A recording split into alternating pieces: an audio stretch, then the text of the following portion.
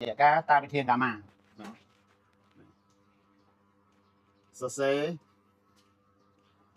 sơ máy cá ta là cá tàng ta là cá tàng bị thiên cả mà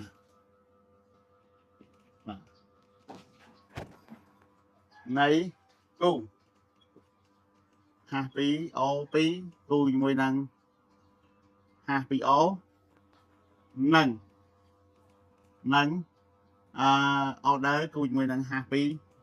o pi dân ta bị thiên cả má tam bị thiên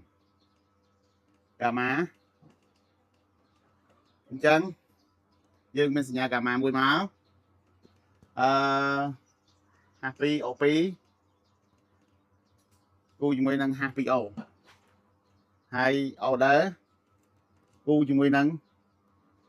happy op អញ្ចឹងអានេះខ្ញុំមិនអត់ចាំឲ្យសរោទៀតបាទតាមតារាទៅណា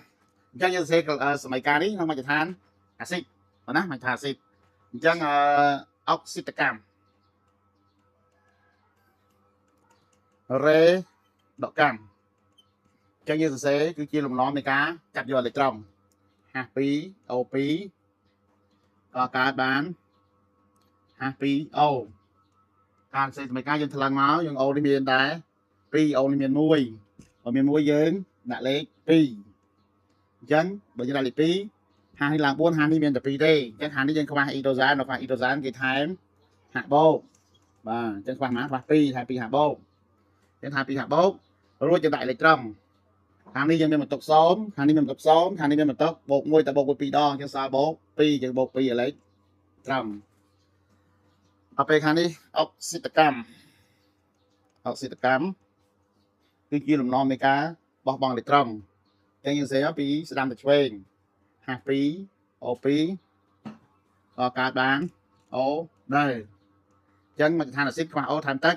ខ្វះថែមហាបោកខាងនេះ o ស្មើគ្នានេះមាន52ខាងនេះមាន51អត់មាន50អញ្ចឹងនេះទៅថែម2បោកទូតតបន្ទុកដាក់អេឡិចត្រូននេះ0នេះមានបន្ទុក0នេះមានបន្ទុកបូក2អញ្ចឹងថែម2អេឡិចត្រូនសម័យកាលតលយៈកាលសម័យកាលយៈកាលអញ្ចឹងសម័យកាលតលយៈកាលសំខាន់គឺបាត់អេឡិចត្រូនបាទបាត់អេឡិចត្រូនយើងស្រួលអេឡិចត្រូនវាស្មើគ្នាយើងអាចស្រួលគ្នាបានស្រួលមក50នេះយើងអាចស្រួលគ្នាបានបាទអញ្ចឹងទឹកអុកស៊ីសែនមួយទឹកអុកស៊ីសែន1 + 1 យើងបាន2 happy op